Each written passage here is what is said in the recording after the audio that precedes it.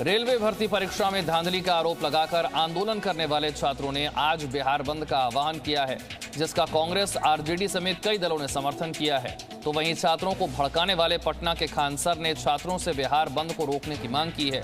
Khan sir ने एक video जारी करते हुए कहा है कि रेलवे ने उनकी मांगों को मान लिया है, ऐसे में उन्हें अब अपने करियर पर ध्यान देना चाहिए, ना कि बिहार बंद और हिंसा करनी चाहिए।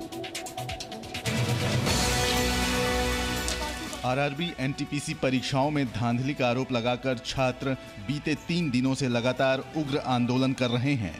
कहीं पर छात्रों ने रेल रोको आंदोलन किया, तो कहीं पर ट्रेन की बोगियों में आग लगा दी और कहीं पुलिस वालों के साथ हिंसक झड़प की। छात्रों के उग्र हिंसक प्रदर्शन को रोकने के लिए पुलिस को लाठीचार्ज करना पड़ा, आंसू गैस के गोले छोड़ने पड़े और कई जगह हवाई फायरिंग करनी पड़ी, जिसके विरोध में आज छात्र संगठनों ने बिहार बंद का ऐलान किया है।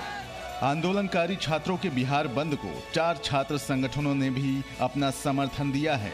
तो वहीं इस मुद्दे को भुनाने के लिए कई राजनीतिक पार्टियां भी इसमें कूद पड़ी हैं और छात्रों के बुलाए इस बंद का समर्थन कर रही हैं। छात्रों के इस आंदोलन का समर्थन करते हुए जन अधिकारी पार्टी के प्रमुख पप्पू यादव ने कहा है कि उनकी पार्टी छात्रों के बिहार बंद को सफल बनाएगी और उनकी मांगों को लेकर प्रदर्शन करेगी। 69 साल बाद आज एयर इंडिया की घर वापसी हो रही है और एयर इंडिया का अधिग्रहण आज टाटा समूह कर लेगा। एक बार फिर महाराजा का स्वामित्व टाटा के पास चला जाएगा और इसके साथ ही सरकारी एयरलाइन एयर इंडिया फिर से प्राइवेट एयरलाइन हो जाएगी। विमानन कंपनी एयर इंडिया को टाटा ग्रुप को हैंडओवर करने की प्रक्रिया गुरुवार को आधिकारिक तौर पर पूरी हो गई और आज से एयर इंडिया के विमान टाटा समूह का हिस्सा बनकर उड़ान भरेंगे। सरकार ने एयर इंडिया को पूरी तरह टाटा कंपनी के हवाले कर दिया है। अभी तक एयर इंडिया सरकारी एयरलाइंस थी, जिसे केंद्र सरकार ने पिछले साल अक्टूबर महीने में टाटा सन्स को बेच दिया था। गुरुवार को टाटा सन्स के चेयरमैन एन चंद्रशेखर ने प्रधानमंत्री से भी मुलाकात की और इसके बाद टाटा कंपनी के अधिकारी एयर इंडिया के मुख्यालय पहुंचे, जहां केंद्र सरकार के विनिवेश विभाग, नागरिक उड्डयन मंत्री और एयर इंडिया के अधिकारियों ने उन्हें औपचारिक रूप से एयर इंडिया का नया मालिक घोषित कर दिया। पिछले साल 8 अक्टूबर 2021 को रतन टाटा ने एयर इंडिया की बोली जीतने का ऐलान अपने ट्वीट के जरिए किया था, जिसके लिए टाटा ग्रुप ने 18,000 करोड़ रुपए की बोली लगाई थी।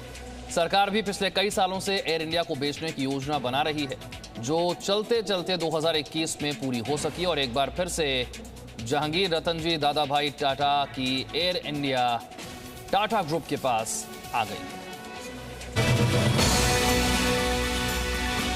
महाराज की एक बार फिर से घर वापसी हो गई है।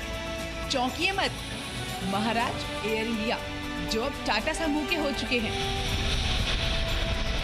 टाटा समूह के लिए ये बड़ा भावनात्मक मौका था, क्योंकि एयर इंडिया असल में टाटा की ही कंपनी थी, जो 69 साल बाद फिर से टाटा समूह के पास आ गई। इस कंपनी का 100% शेयर सरकार ने टाटा ग्रुप को बेच दिया, जिसके लिए सरकार को विपक्षी दलों ने क्या कुछ नहीं सुनाया। सरकारी कंपनियों के विनिवेश पर कोई भी फैसला हो तो कांग्रेस और लेफ्ट पार्टियों के नेता शोर मचाने लगते हैं कि मोदी सरकार देश की संपत्तियों को निजी हाथों में बेच रही है। टाटा कंपनी जब एयर इंडिया को चला रही थी तब एयर इंडिया फायदे में थी, लेकिन सरकार के नियंत्रण में जाते ही कंपनी घाटे में चली गई और 21वीं सदी में जब पूरी दुनिया की एयरलाइंस कंपनियां सफलता की उड़ान भर रही थी, तब एयर इंडिया घाटे और कर्ज के दलदल में धंस चुकी थी। 1 फरवरी को सरकार संसद में आम बजट पेश करेगी, जिसकी तैयारियां गुरुवार से शुरू हो गई हैं और इस बार कोरोना प्रोटोकॉल को देखते हुए सरकार ने प्रतीकात्मक रूप से हलवा सेरेमनी का आयोजन किया। पिछली बार की तरह इस बार भी पूरी तरह से बजट पेपरलेस होगा और संसद में बजट पेश होने के बाद आम बजट मोबाइल ऐप पर भी उपलब्ध होगा। बजट की छपाई शुरू होने से पहले होने वाली हलवा सेरेमनी का आयोजन इस बार नहीं हुआ। कोरोना प्रोटोकॉल को देखते हुए इस बार सरकार ने प्रतीकात्मक रूप से हलवा सेरेमनी किया है। बजट की तैयारी और प्रिंटिंग से जुड़े कोर स्टाफ को हलवा की जगह मिठाइयां बांटी गई। ये कर्मचारी बजट की प्रिंटिंग की प्रक्रिया समाप्त होने तक अपने घर नहीं जाएंगे और कार्यस्थल पर ही रहेंगे। हर साल हलवा सेरेमनी बजट की तैयारियों की प्रक्रिया के अंतिम चरण में आयोजित की जाती थी, लेकिन इस बार कोरोना नियमों के कारण मिठाई बांटकर रस्म निभाई गई। वित्त मंत्री निर्मला सीतारमण चौथी बार देश का आम बजट पेश करेंगी। ये बजट पेपरलेस होगा और संसद में पेश होने के बाद आम बजट मोबाइल ऐप पर भी उपलब्ध होगा। इसके साथ ही बजट का दस्तावेज यूनियन बजट वेब पोर्ट पर भी उपलब्ध होगा। वित्त मंत्री 1 फरवरी को संसद में आम बजट पेश करेंगी, तो वहीं बजट सत्र शुरू होने से पहले 31 जनवरी को सर्वदलीय बैठक बुलाई गई है, ताकि सत्र के दौरान संसद का कामकाज सुचारू रूप से चल सके। और अब आपको दिखाते हैं मध्य प्रदेश की लघु उद्योग विकास निगम की अध्यक्ष इमरती देवी की वो वायरल वीडियो, जिसमें वो केंद्रीय मंत्री ज्योतिरादित्य सिंधिया कान पकड़कर माफी मांगते दिख रही है। क्या है पूरा मामला, देखिए 1 मिनट में पूरी खबर। कोरोना संक्रमण काल में पहली बार केंद्रीय मंत्री ज्योतिरादित्य सिंधिया अपने 1 दिवसीय दौरे पर ग्वालियर पहुंचे, जहां अपने नेता से मिलने के लिए उनके समर्थन नेता भी वहां पहुंचे। इसी दौरान एक बेहद दिलचस्प नजारा देखने को मिला, जब लघु उद्योग विकास निगम की अध्यक्ष इमरती देवी जब सिंधिया से मिलने पहुंची तो उन्होंने कपड़े का मास्क लगा रखा था। इस पर सिंधिया ने हिदायत दी कि कपड़े के मास्क से कोरोना नहीं रुकता। इस पर इमरती देवी कान पकड़कर माफी मांगती नजर आईं। मास्क लगवा सबको। हाल ही में कुछ दिनों पहले लघु उद्योग विकास निगम की अध्यक्ष इमरती देवी का एक वीडियो सोशल मीडिया पर खूब वायरल हुआ था, जिसमें वो मास्क फेंकते नजर आ रही थी। कोरोना संक्रमण को देखते हुए सरकार लोगों को लगातार मास्क लगाने और कोविड प्रोटोकॉल का पालन करने की सलाह देती है। ऐसे में ये हमारी नैतिक जिम्मेदारी है कि हम कोविड नियमों का पालन और कोरोना संक्रमण से खुद को बचाएं। इंदौर में इन दिनों अपराधियों के हौसले इतने बुलंद हैं कि सीसीटीवी लगाने को लेकर लोगों से मारपीट की घटना सीसीटीवी में रिकॉर्ड हुई। पुलिस ने आरोपियों के खिलाफ मामला दर्ज कर लिया है। 1 मिनट में देखिए पूरी खबर। इंदौर के खजराना थाना में पुलिस और पब्लिक के समन्वय को बढ़ावा देने के लिए घरों में सीसीटीवी लगाने के लिए काम चल रहा है, और उसी दौरान एक घर में लग रहे सीसीटीवी को लेकर कुछ असामाजिक तत्वों ने विरोध किया और देखते ही देखते ये विरोध विवाद में बदल गया। विवाद इतना बढ़ गया कि कुछ असामाजिक तत्वों ने सीसीटीवी कैमरे लगाने को लेकर पथराव कर दिया, जिसमें वहां खड़ी गाड़ियों के कांच टूट गए। इतना ही नहीं, घरों के कांच पर भी असामाजिक तत्वों ने पत्थर बरसाए। घटना की ये वारदात सीसीटीवी कैमरे में कैद हो गई और पुलिस ने मामला दर्ज करते हुए जांच शुरू कर दी है। इस वारदात के बाद एक बार फिर से ये सवाल उठने लगा है कि क्या इंदौर में अपराधियों के हौसले इतने बुलंद हैं कि तीसरी आंख कहे जाने वाले सीसीटीवी कैमरे को लगाना भी उन्हें रास नहीं आ रहा। शायद उन्हें डर है कि सीसीटीवी कैमरा उनकी काली करतूतों पर नजर रखेगा और वो कुछ गलत काम नहीं कर सकेंगे, इसलिए उन्होंने सीसीटीवी कैमरे लगवाने वालों पर पथराव किया। शरीर को गला देने वाली ठंड में बर्फ में लगभग निर्वस्त्र बैठे एक साधु को आपको दिखाते हैं। कितनी शांति से यह साधु भक्ति में लीन होकर साधना कर रहा है। तस्वीरें सिरमौर जिले की हैं, नोहराधार की हैं। आइए दिखाते हैं आपको तस्वीर। शरीर गला देने वाली ठंड में बर्फ में लगभग निर्वस्त्र बैठे इस साधु को देखिए। कितनी शांति से ये साधु भक्ति में लीन होकर साधना कर रहा है। ये तस्वीरें सिरमौर जिले के नोहराधार की हैं। 2 फीट बर्फ में साधना करने वाले ये संत विश्वानंद हैं, जो नोहराधार स्थित शिव मंदिर के पुजारी हैं और पास के जंगल में बनी कुटिया में रहते हैं। जिस बर्फ और सर्दी में लोग गर्म कपड़े और आग के बिना रह नहीं पाते, उसी बर्फ में बैठकर ये संत साधना कर रहे हैं। ये इनकी योग साधना का ही कमाल है। सनातन धर्म में योग को महत्वपूर्ण अंग माना गया है। इसी योग की विद्या की मदद से योगी 50 से ऊपर तापमान हो या 0 से नीचे कहीं भी ध्यान लगा लेते हैं और मौसम को भी मात दे देते हैं। चारों तरफ गिरी बर्फ और जमा देने वाली ठंड भी इस संत की साधना के आगे बेअसर नजर आ रही है और इसे देखकर लगता है कि ये किसी देवीय चमत्कार से कम नहीं है। यूक्रेन के साथ चल रहे विवाद के बीच रूस लगातार अपने लड़ाकू विमानों और टैंकों के साथ युद्ध अभ्यास कर रहा है, या यूं कहें कि वो अमेरिका और नाटो देशों को अपनी सैन्य शक्ति से रूबरू करवा रहा है। रूस और यूक्रेन युद्ध के मुहाने पर हैं। हर दिन बढ़ते तनाव के बीच बर्फ में सेना के ये टैंक मानो रूस की मंशा को साफ कर रहे हैं। यूक्रेन और पश्चिमी देशों के साथ बिगड़ते संबंधों के बीच रूस ने अपनी सीमाओं पर सैन्य जमावड़ा और बढ़ा दिया है। रूस के रक्षा मंत्रालय ने एक वीडियो जारी किया है जिसमें सेना के कई टैंक और बख्तरबंद गाड़ियां एक कैंप से रवाना होते देखे जा सकते हैं। सैनिक एक एक करके अपनी बंदूक उठाते हैं और फिर सीधा अपनी गाड़ियों की ओर चल पड़ते हैं। जानकारी के मुताबिक सेना के इस काफिले को रूस के दक्षिण रोस्तोव क्षेत्र के लिए रवाना किया गया है, जो कि यूक्रेन की सीमा से बेहद करीब है। रक्षा विशेषज्ञों के मुताबिक रूस यूक्रेन पर हमले की तैयारी कर रहा है, जिसके लिए रूस ने पहले ही यूक्रेन से सटी अपनी सीमाओं पर 1 लाख से ज्यादा सैनिक तैनात कर दिए हैं। हालांकि रूस किसी भी तरह के आक्रमण की योजना को खारिज कर रहा है। और अब आपको दिखाते हैं युद्ध अभ्यास में भाग लेती रूसी नेवी की तस्वीरें, जो बताती हैं कि अमेरिकी धमकी का रूस पर कोई असर नहीं पड़ रहा है। लगता है बाइडेन की चेतावनी का कोई असर रूस पर नहीं पड़ रहा है। यूक्रेन के खिलाफ रूस लगातार अपनी सैन्य शक्ति बढ़ाते दिख रहा है और अब तो रूस जिस आक्रामक रूप से नौसेना को तैयार कर रहा है, उससे लगता है कि युद्ध को टालना वाकई मुश्किल है। ड्रोन से ली गई तस्वीरें भी कुछ यही बयां कर रही हैं। रूस के रक्षा मंत्रालय ने भी आधिकारिक बयान देकर इसकी पुष्टि की है। हालांकि रक्षा मंत्रालय ने इसे युद्धाभ्यास ही बताया है, लेकिन ऐसे समय में जबकि युद्ध को टालना मुश्किल हो रहा है, तब ऐसे किसी युद्धाभ्यास को युद्ध की तैयारी ही माना जा रहा है। रूस के रक्षा मंत्रालय ने कहा कि 20 से अधिक रूसी युद्धपोत और जहाज काला सागर में अभ्यास के लिए अपने ठिकानों को छोड़ चुके हैं। इनमें फ्रीगेट, गश्ती जहाज, मिसाइल जहाज, लैंडिंग जहाज, पनडुब्बी जहाज और माइन स्वीपर शामिल हैं।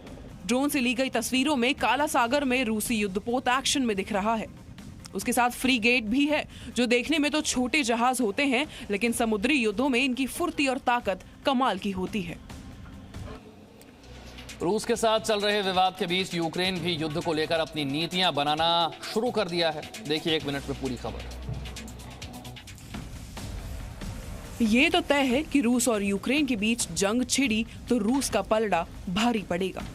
रूस के मुकाबले यूक्रेन के पास सैन्य उपकरणों की तो कमी है ही, सैन्य कर्मियों की संख्या भी कम है। इससे टेंशन में आए यूक्रेन ने फौज के रिटायर्ड जवानों की तैनाती का प्लान बनाया है। इसके लिए उसने रिटायर्ड सैनिकों को वापस बुलाना शुरू भी कर दिया है। हाल ही में सेना के ऐसे पूर्व पैराट्रूपर्स अभ्यास करते देखे गए, ताकि वो अपनी पुरानी फुर्ती को वापस ला सके। अभ्यास के दौरान एक पूर्व सैनिक ने बताया कि वैसे तो उनके कई साथी युद्ध से भली भांति परिचित हैं, लेकिन ऐसे बहुत से लोग हैं जिनकी तैनाती कभी बॉर्डर पर नहीं हुई थी। इसलिए ऐसे नाजुक वक्त में एक बार फिर ट्रेनिंग की जरूरत आ पड़ी है। बताया जा रहा है कि यूक्रेन ने ट्रेनिंग को अब रेगुलर कर दिया है, ताकि तैनात सैनिकों के मुकाबले ये जरा भी कम ना हो। ये रिटायर्ड सैनिक रिजर्व में रहेंगे, ताकि जरूरत पड़ने पर इन्हें मोर्चे पर तैनात किया जा सके। न्यूयॉर्क में इन दिनों मशहूर पेंटरों की पेंटिंग का ऑक्शन चल रहा है, जिसमें करोड़ों की कीमत के मशहूर पेंटर्स की पेंटिंग बिक रही है। देखिए 1 मिनट में पूरी खबर। न्यूयॉर्क के मशहूर सॉथबे ऑक्शन हाउस में यूं तो हमेशा ही कला के खूबसूरत नमूने आपको देखने को मिलेंगे, लेकिन आजकल एक खास पेंटिंग लोगों को इस ऑक्शन हाउस की तरफ खींच कर ला रही है।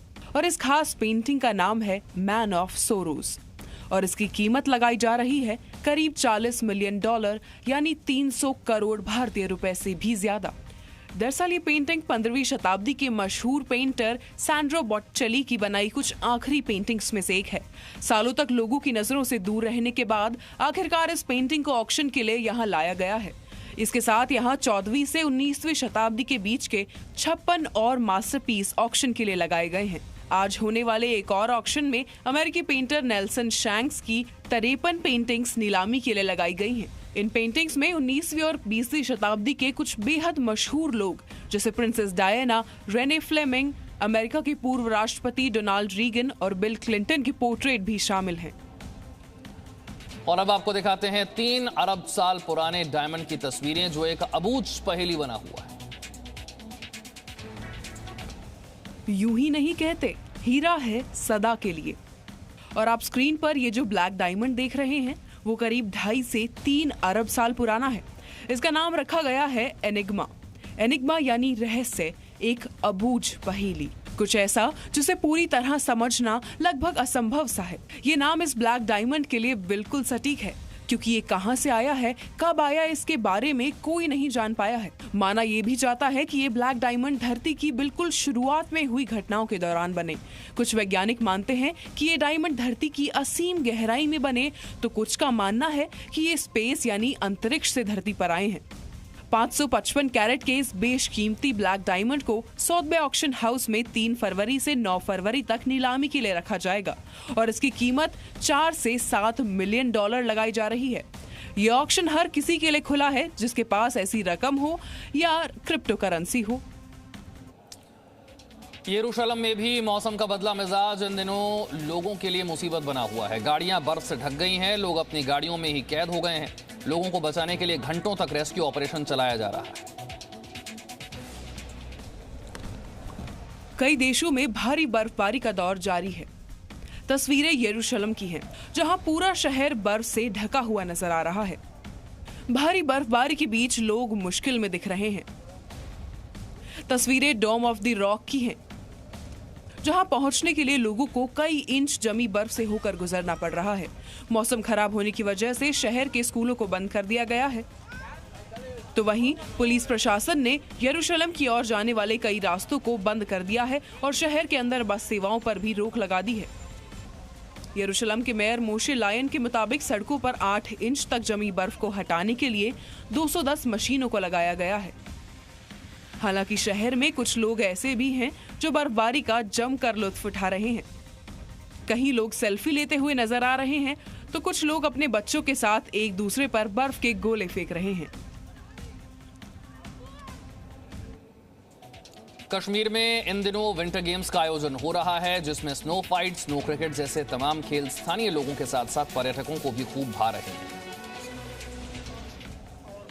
घाटी में गणतंत्र दिवस की धूम के बाद अब लोग विंटर फेस्टिवल को एंजॉय कर रहे हैं। तस्वीरें कश्मीर की गुरेज घाटी की हैं, जहां 73वें गणतंत्र दिवस के मौके पर भारतीय सेना ने भव्य आयोजन किया। इस कार्यक्रम में घाटी के लोग कई तरह के खेल खेलते नजर आए। बर्फबारी की खूबसूरत नजारों के बीच स्थानीय और बाहरी पर्यटक snow fight, snow cricket, snow race, snow tug of war जैसे स्पोर्ट्स का मजा लेते दिखे। सेना ने प्रशासन और स्थानीय लोगों के साथ मिलकर गुरेज की सांस्कृतिक विरासत का भी शानदार प्रदर्शन किया। हम आपको बता दें कि गुरेज घाटी को पर्यटन मानचित्र पर लाने के प्रयास काफी सफल रहे हैं। पहली बार यहां 15,000 से ज्यादा पर्यटक आए।